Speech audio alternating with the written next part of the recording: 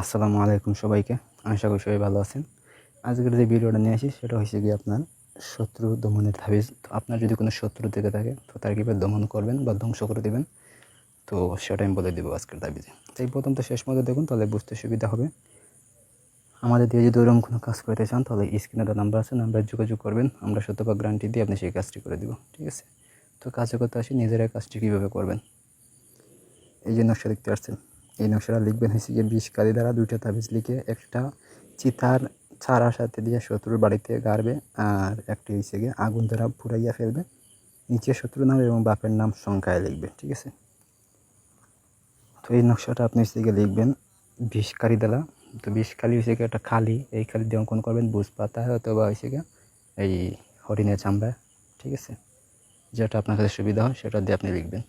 তো 2টা তাবিজ লিখবেন, লিখে আপনি করবেন কি, একটা হয়েছে গিয়ে আপনি শত্রুর বাড়িতে পুঁতে দিবেন, সাথে দিবেন হয়েছে কি আপনি এই ছাড়া তাবিজের ভিতরে ছাড়া ঢুকাইবেন, ঢুকাই আপনি শত্রুর বাড়িতে পুঁতে দেবেন, ঠিক আছে? একটা হচ্ছে কি আপনি আগুনে পুড়াইবেন। তো পুড়াইবেন যখন, তখন আপনি দেখবেন যে সপ্তাহের ভিতরে আপনার যে শত্রু আছে সে যদি আপনার কোনো ক্ষয়ক্ষতি যে কোনো সময় করে, তো দেখবেন যে সে নিজে এখন ক্ষতির সম্মুখীন হচ্ছে বা ক্ষতি হচ্ছে তার, ঠিক আছে? তো এটা অনেক পাওয়ারফুল। এটা করার আগে অবশ্যই আপনার শরীরটা বন্ধ রাখবেন যাতে কাজে কোনো আপনাদের সমস্যা না হয়। তাবিজের নিচে হয়েছে গিয়ে দিবেন ওই শত্রুর নাম, তার বাবার নাম, এটা বাংলায় লিখবেন, ঠিক আছে? বলা আছে সংখ্যা লিখবেন, তো সংখ্যাটা হচ্ছে বাংলায় লিখবেন।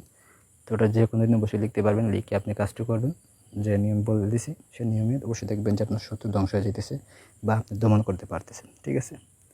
আমাদের দিয়ে যদি উপাতে চান অবশ্যই যোগাযোগ করবেন। ভিডিওর ভালো একটা লাইক দেবেন, কমেন্ট করবেন। আর এখানে যদি কোনো কিছু বুঝতে অসুবিধা হয় বা নকশা যদি বুঝতে অসুবিধা হয় আমার বলবেন, আমি সুন্দর আর পরিষ্কার নকশা দেওয়ার চেষ্টা করবো বা নকশা দিব, ঠিক আছে? আর যে কোনো পরামর্শের জন্য অবশ্যই আমার ফোন দিবেন যে কোনো সময়, আমি অবশ্যই ফ্রিতে পরামর্শ দিব, ঠিক আছে? তো ধন্যবাদ সবাইকে, ভালো থাকুন, সুস্থ থাকুন।